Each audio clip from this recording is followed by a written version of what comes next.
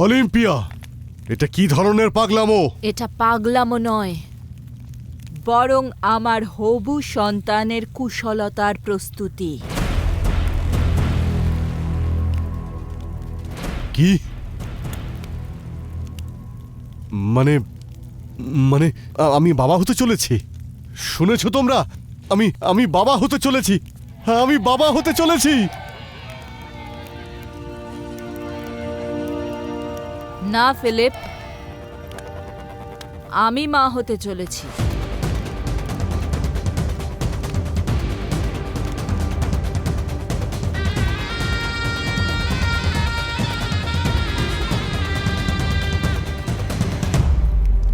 এটা আমার আর জিউসের সন্তান।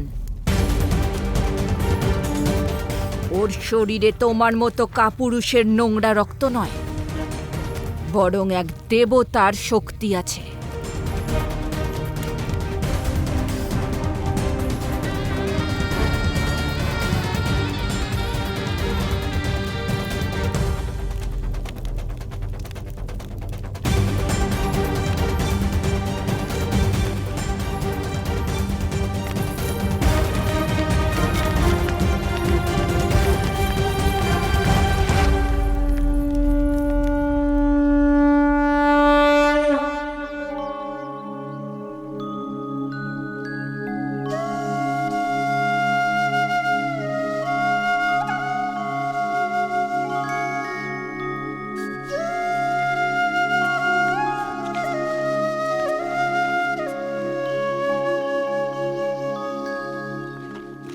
রাজন, আপনার সন্তান বৎসরের সবচেয়ে পবিত্র সময় জন্ম নেবে, শ্রাবণ মাসের শুক্লপক্ষে।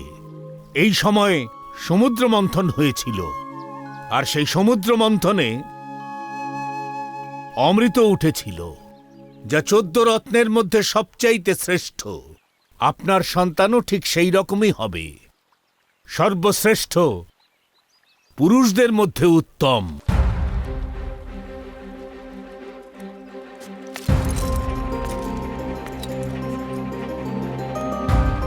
পুরুষোত্তম।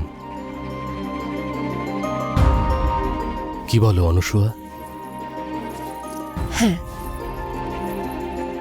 পুরুবংশের পুরুষোত্তম। পুরুষোত্তম!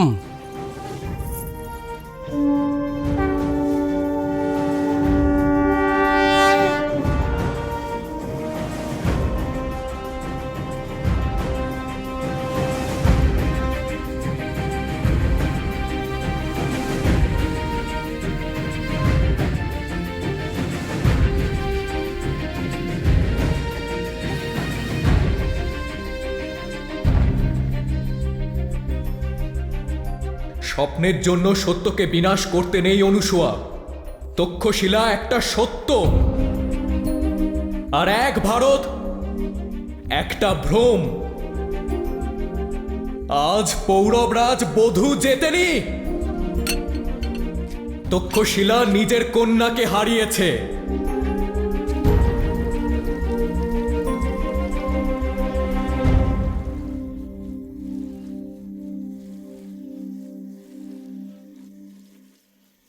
যখন ব্যক্তি প্রসন্ন থাকে, তখন তার মুখে চিন্তার রেখা অধিক স্পষ্ট হয়ে দেখা দেয় অনুসূয়া। কোনো আশঙ্কা রয়েছে? আশঙ্কা নয়, একটা আশা, যেটা এখনো পূরণ হয়নি।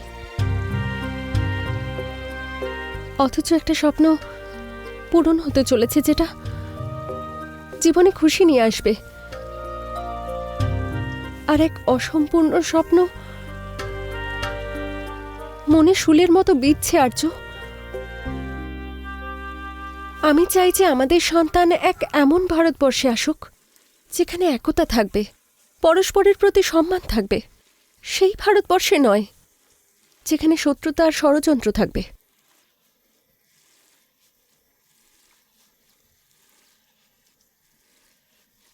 বিশ্ববৃক্ষের বীজ সর্ষের দানার থেকেও ছোট হয়।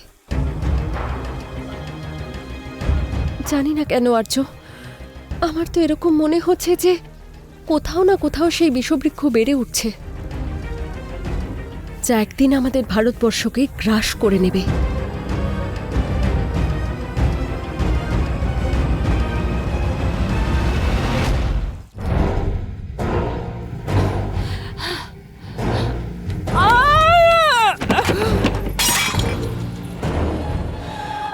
যদি আমার বংশের বংশধর তোর গর্ভে না থাকতো না অলিম্পিয়া, তাহলে এই স্পর্ধার জন্যে আমি তোর শিরচ্ছেদ করতাম। আমি চাই না যে তুই আর এমন কোনো কাজ করিস যাতে আমার বংশের নাম খারাপ হয়। নাম নয়, তোমার গোটা বংশটাই নোংরা। একটা চোখ অন্ধ ফিলিপ, আগে তো অর্ধেক দেখতে পেতে, এখন কি শুনছো অর্ধেক? তুমি অর্ধেক শুনতে পেয়েছ।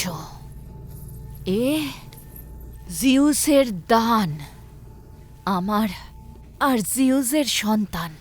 Zeus, Zeus, Zeus! কোন জিউস? কিসের জিউস? দেখ তোর সামনে কে দাঁড়িয়ে আছে।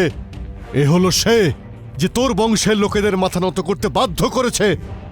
এ হলো সে যে নিজের ভাগ্য নিজের রক্ত ঝরিয়ে লিখেছে। এ হলো সে যে নিজের সামান্য একটা জায়গা থেকে এক বিশাল সাম্রাজ্য বানিয়েছে।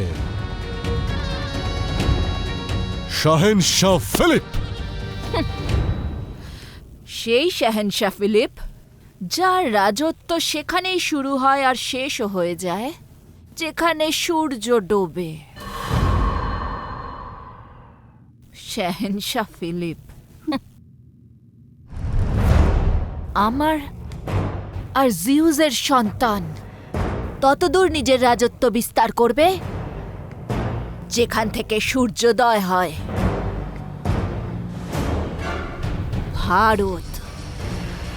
ভারতে রাজত্ব করবে ও। একটা সূর্য মাথার ওপর তো আরেকটা পায়ের নিচে থাকবে।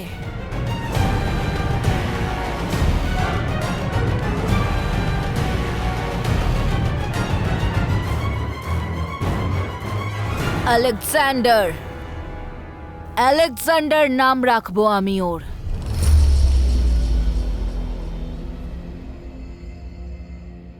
তুমি নিজেকে শাহেনশাহ বলো তো, ও হবে শাহেনশাহদের শাহেনশাহ। আলেকজান্ডার সবার সেরা।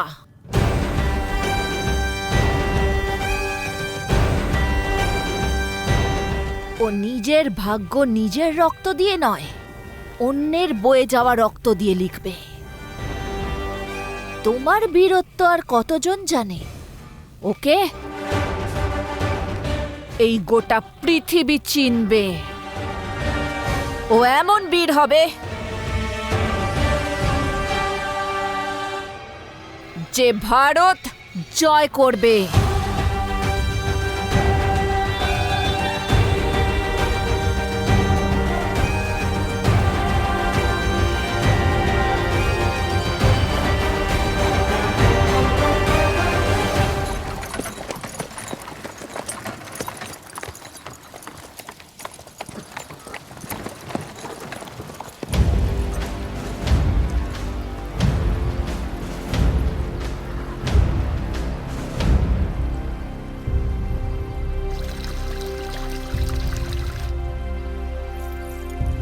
আর্য, আমার দাদা হয়তো আমার উপর রেগে আছে, কিন্তু আমাকে খুব ভালোবাসে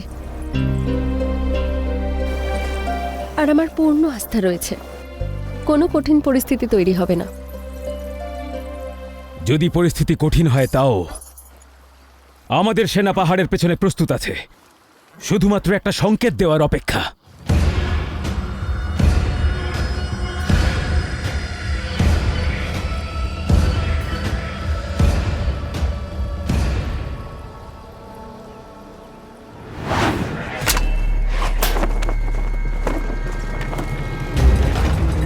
সৈনিকেরা সংরক্ষণ।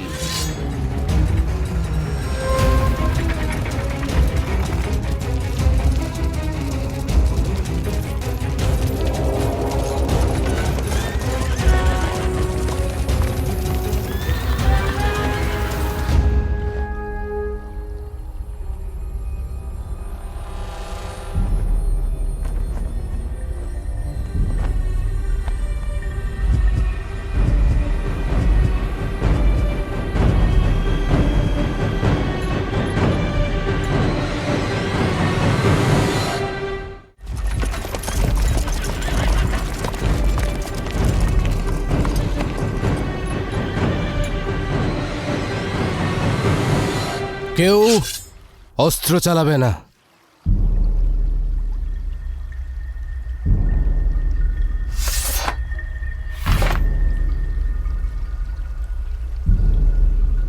জানতে চাই নিজের মৃত্যুর চৌকাঠে কেন এসেছো?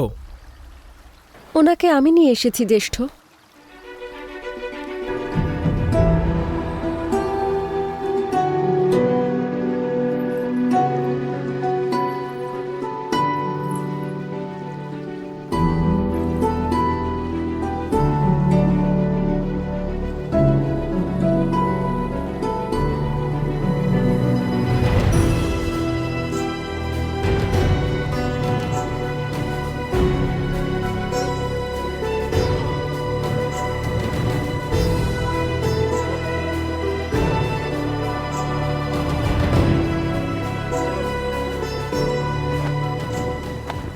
যখন একজন রাজা আরেকজন রাজাকে প্রশ্ন করে তখন উত্তর রাজার থেকেই আসা উচিত।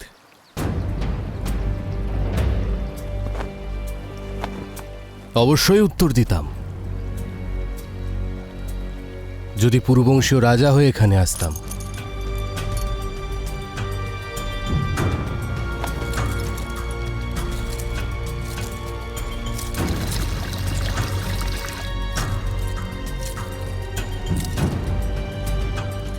কিন্তু আজ তোমার দ্বারে এক রাজা নয়, এক পিতা এসেছে। সে এটা সুনিশ্চিত করতে চায় যে তার পুত্র আর তোমার ভাগনা আমাদের শত্রুতার প্রাচীর দিয়ে নয়, মিত্রতার দ্বার দিয়েই সংসারে আসুক।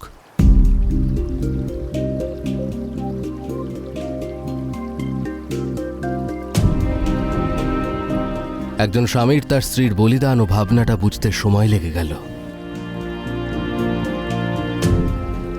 কিন্তু আশ্চর্য এটাই, তুমি নিজের দাদা হয়েও ওর মনের খবরটা রাখোনি।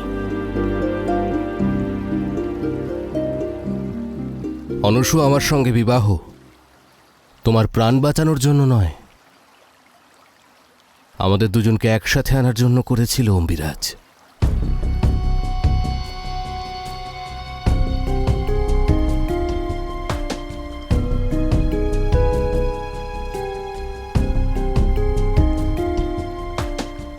শত্রুতার এই আগুনকে বাড়িয়ে তুলতে অনেক বছর দিয়েছি আমরা, আজ এক মুহূর্ত এসেছে মিত্রতার শীতল বর্ষণে ভিজে যাওয়ার, তক্ষশিলার পৌরব রাজ্যকে এক নতুন ভারতের মেরুদণ্ড হিসেবে গড়ে তোলার। সবটাই তোমার উপর নির্ভর করছে অম্বিরাজ। এই মুহূর্তটাকে ইতিহাস হিসেবে গড়ে তুলবে, নাকি এর পরিহাস করে এটাকে উপেক্ষা করবে?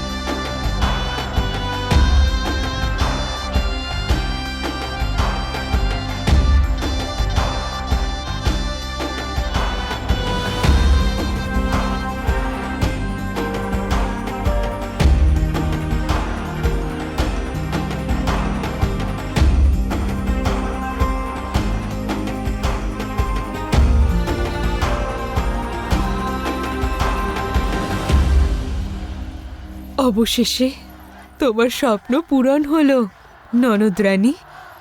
যে শত্রুতা ঘুণ হয়ে দুই দেশকে কুড়ে কুড়ে খাচ্ছিল তা সমাপ্ত হলো।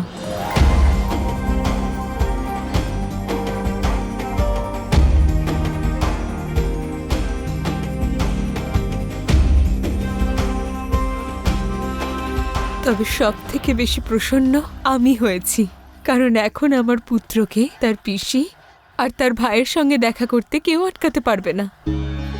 হ্যাঁ, এবার অম্ভি কুমার আর পুরুষোত্তম দুজনে মিলে ভারতের ভবিষ্যৎ লিখবে। পুরুষোত্তম? ওহ, পুরুষোত্তম, খুব তাড়ায় রয়েছে দেখছি, নামও ভেবে নিয়েছো। হুম, পুরুষোত্তম অতি সুন্দর। তো কে ঠিক করলো এই নাম? উনি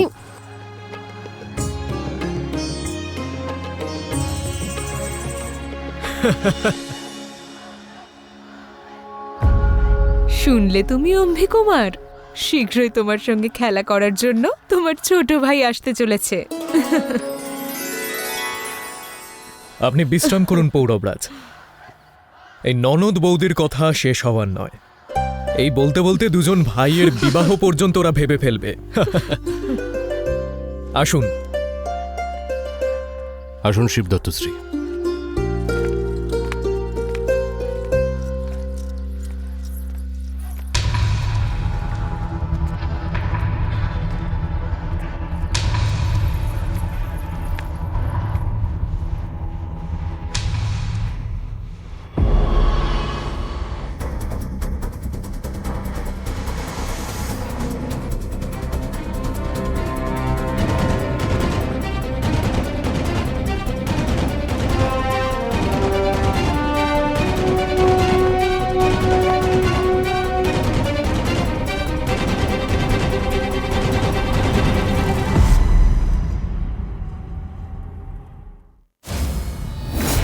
নিজের দাদার অপমানের প্রতিশোধ নিতে আপনি একটা নাটক করেছিলেন, এখন আমিও একটা নাটক করলাম নিজের মাতৃভূমির প্রতিশোধ নিতে। কিভাবে নেবে নিজের অপমানের প্রতিশোধ? সমগ্র তক্ষশিলার সম্মুখে আপনাকে আপনার কেশ মুন্ডন করতে হবে। যে স্বামী তক্ষশিলার বুকে অপমানে ভরা ছুরি গেঁথে দিয়েছিল, তাকে বিষে ভরা ছুরি দিয়ে মেরে তক্ষশিলার অপমানের প্রতিশোধ নিলাম।